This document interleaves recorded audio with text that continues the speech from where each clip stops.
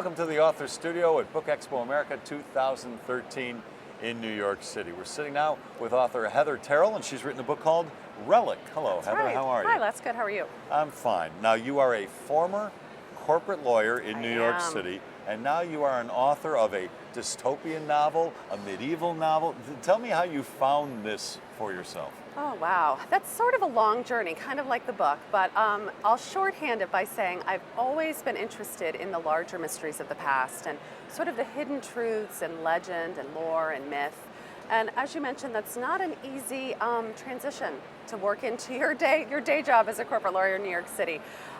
So I took a lot of classes. I thought about maybe going back and getting my PhD, but I was fortunate enough to really dip into the writing world, and that's really where I've found my calling. All right, so what would you call the genre of Relic? What's it about? It's really a mix. I mean, to start out with the question about genre is really a question to ask about what the book is really about. The genre is a mix of fantasy, historical fiction, and dystopia.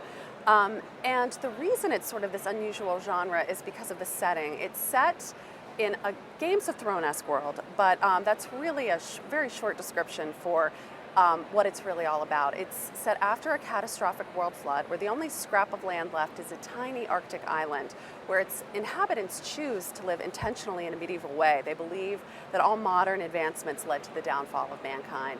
And they engage in this ritual called the testing, which is a competition whereby certain participants in their society excavate the shores of their land where artifacts from our time, modern times, are frozen.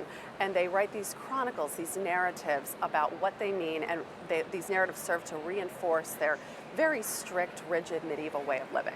Because it's fantasy, how do you do research? Can you do research on something like this? Of course you can do research. Well, I'm a tell me corporate how lawyer. I then, love to Heather. research. Well, I researched obviously medieval times, the medieval way of living. I did a tremendous amount of research because this is something I didn't know much about, Arctic living, Arctic exploration. So I read a lot of memoirs about early Arctic explorers and adventurers, people who would have been using early means of exploring, because these people live in a medieval way. They don't have any of the modern technology and advancements that we have. I read a lot about the Inuit culture. There's a large Inuit component of the book. There's an Inuit people are present on the island when the other people come to live there. And I did a lot of reviewing of technical journals, videos about ice climbing, dog sled racing, because those are big components of the world. And I ran everything by my brother Christopher, who is a really expert climber himself, to kind of make sure it rang true. It sounded. But I will say this summer I'm going to Alaska, and I'm going to get to do some ice climbing and a dog sled race. So I'm really excited. I'll get to test out my own world for real. Now, you are a fairly prolific writer. This is your sixth book. Yeah. You like that word, prolific? I like that word, Les. You should be a writer. But the other books, they don't resemble Relic whatsoever. What made you want to write Relic? I really felt with my earlier books, which my first three were historical suspense, and then I did a young adult series that was sort of supernatural in feel, although a little bit different. I'm really interested in that prism of giving readers a chance to look at the past, present, and future differently, and to understand how our culture and our leaders sort of manipulate myth and legend and art to help us have a certain understanding of our past and ourselves. And I really felt like I couldn't get at that process quite as well with my earlier books. And in fashioning my own world, a fantastical world that has components of historical fiction that's set in the future, I could give readers a feeling of that process of what it's like to fashion the past, and to give them a new lens through which to look at our world. And that's really what led to me writing the Educator's Guide as well, which is a tool to use Relic in classrooms and in libraries in accordance with the Common Core. What inspired this particular idea? And talk a little bit about the element you call the Aerie in the book. The Aerie. Well, the Aerie is this sort of protected ice fortress in which the leaders of the society, the founding people, the founders they call themselves, that's where they live. And that piece of it was really inspired by my interest in medieval times. I had a wonderful aunt when I was growing up. She was a college professor. Medieval literature was her specialty, and she was also a rebellious nun.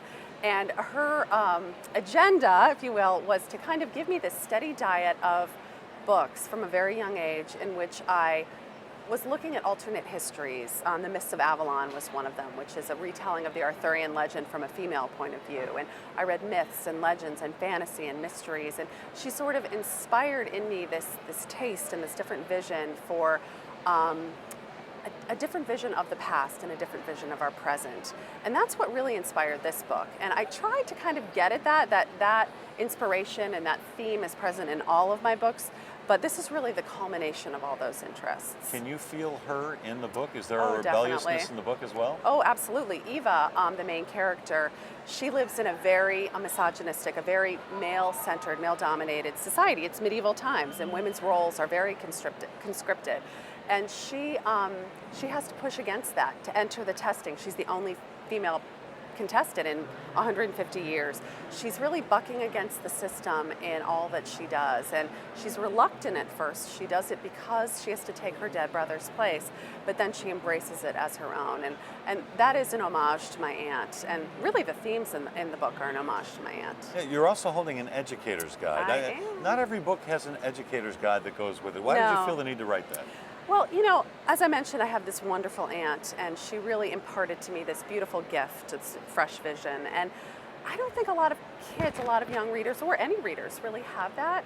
And I wanted to be able to share that specifically with readers. Now, a lot of wonderful teachers in classrooms might already be doing that, but I wanted to have the opportunity to help them and to help that process. So, and especially since the emergence of the Common Core curriculum has sort of taken place this past couple of years, I worked with a team of educators, librarians, superintendents, teachers, to come up with this, the way to use Relic in the classroom and in libraries to kind of impart this fresh perspective, a springboard, if you will, into a new look at Shakespeare, myth, legend, storytelling, a gateway to a new look at history, at our past and ourselves. And so this book really serves as a way to do that while giving teachers sort of a guidebook to meet the Common Core at the same time, to use their pre-existing curriculum with Relic to meet those new objectives. You're very comprehensive. You think like a lawyer still, don't you? I can't help it. Even though I don't practice law, I still use all that training every day. She is Heather Terrell. The book is called Relic. Lots of good luck, Heather. Thank you. I appreciate it. All right. Thanks.